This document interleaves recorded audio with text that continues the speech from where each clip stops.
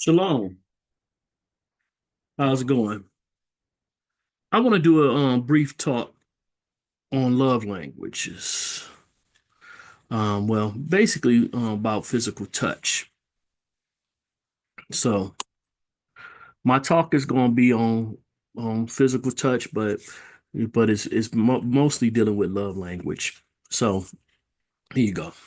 With me, um, I have two love languages that I focus on. I have a love language of conversation or conversing.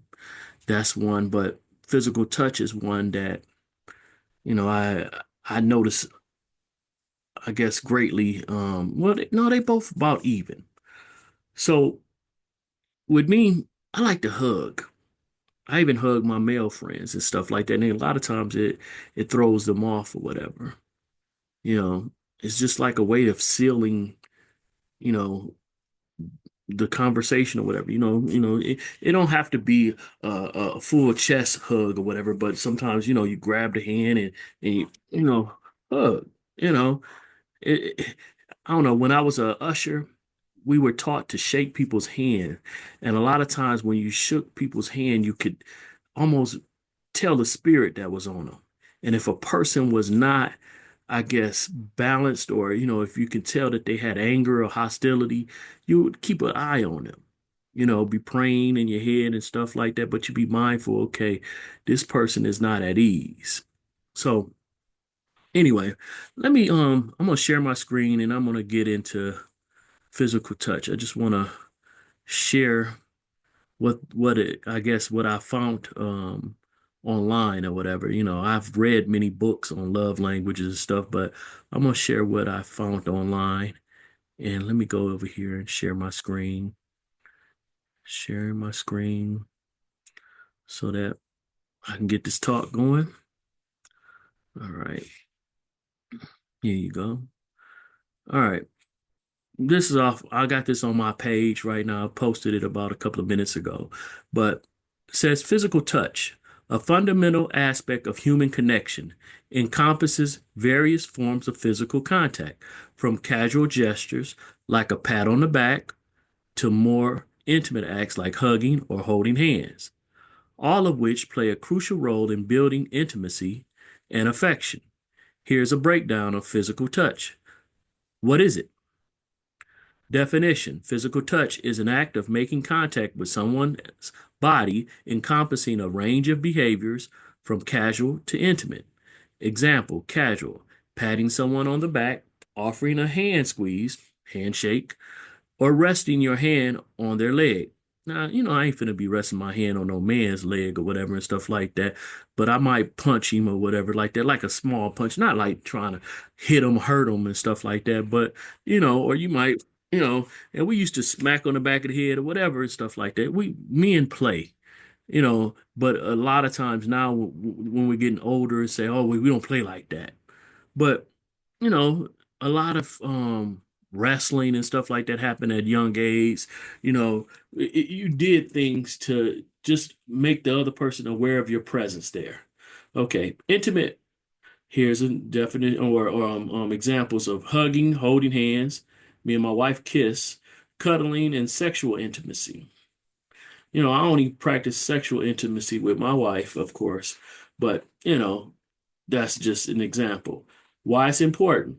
Love language. Physical touch is one of the five love languages. See, conversation really ain't in there, but that's mine. Now, I made that up myself, I guess. I like to talk. But anyway, back to where we're going. Where people feel most connected through displays of physical affection. Intimacy and connection. Physical touch fosters emotional closeness, creates opportunities for quality time, and enhances relationship satisfaction. Now, I work in a field around children a lot of times, or young adults. They're not really children, they're young adults. And I see them, they do PDA or, you know, basically physical displays of affection a lot. And we try to limit it, because it's not supposed to be going to that level. But as you see, I don't know, I guess even people incarcerated, When intimacy or physical touch is missing, a lot of times perversion comes into play. And it's something that I myself believe that melanin people need a lot. You know, we're like the plants or whatever. You touching on plants, touching on trees, that actually helps them grow, speaking to them and stuff like that. I believe that helps us. I did a talk on drop calves and stuff like that, and how there are animals like cows that they basically are orphaned from their parents, or they don't get nurtured by the male, I mean female cow that bore them. And so they kind of die early, or something in their growth, it doesn't connect right. And so sometimes they would let orphan children all feed them with bottles of stuff with milk, and it would get them back on the right path or whatever. They would actually nurture them with physical touch, holding, um, playing with them, all this different stuff. But them not having that physical touch or whatever, it usually they would die early. And so, I think this generation of people are lacking a lot of physical touch, a lot of intimacy, except for maybe perverse intimacy and stuff like that. And it has an effect. But anyway, let me go. Emotional well-being. Cuddling and other forms of physical touch can reduce stress, increase feelings of happiness and well-being, and promote sense of security and comfort. Again, when you pervert this thing, it can be bad. But these are things that I believe the human condition attracts. This is something that we kind of need. And I think that, when someone is deprived of these things, they become dangerous. And then also, if someone is, if this is brought to them in perversion, it can also be dangerous. But okay. Bonding and attachment. From an infancy, humans crave touch as a fundamental aspect of bonding. There you go. And physical contact plays a crucial role in shaping our emotional landscape. So again, this generation of youth, they they are kind of like emotionally unstable. They're not shaped properly because I believe they a lot of times lack proper physical contact, proper rearing and encouraging.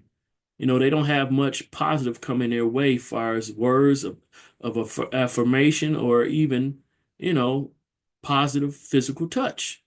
Not, molestation and things of that nature, but actual things that are beneficial. Okay, so mental health aspect. Physical touch can have a positive effect on mental well-being, promoting feelings of comfort, security, and connection, and potentially reducing pain, depression, and anxiety.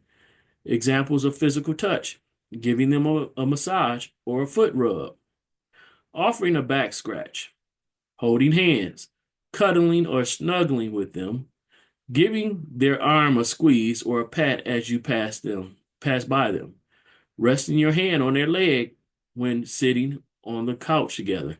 Again, anyway, kissing, caressing, sexual activity. Important considerations: consent. Physical touch should always be consensual and respectful. Hallelujah. Individual preferences. People have different preferences for physical touch, and it's important to be mindful of those preferences. Touch deprivation. Lack of touch can lead to feelings of isolation and loneliness. So it's important to ensure that people's needs for physical touch are being met. Seeing that that's somebody's love language, that's mine. You know, that is my love language. You can be abusive towards a person by intentionally neglecting to physically touch them. I personally, I can't make the excuse. I still made the choice because I could have left.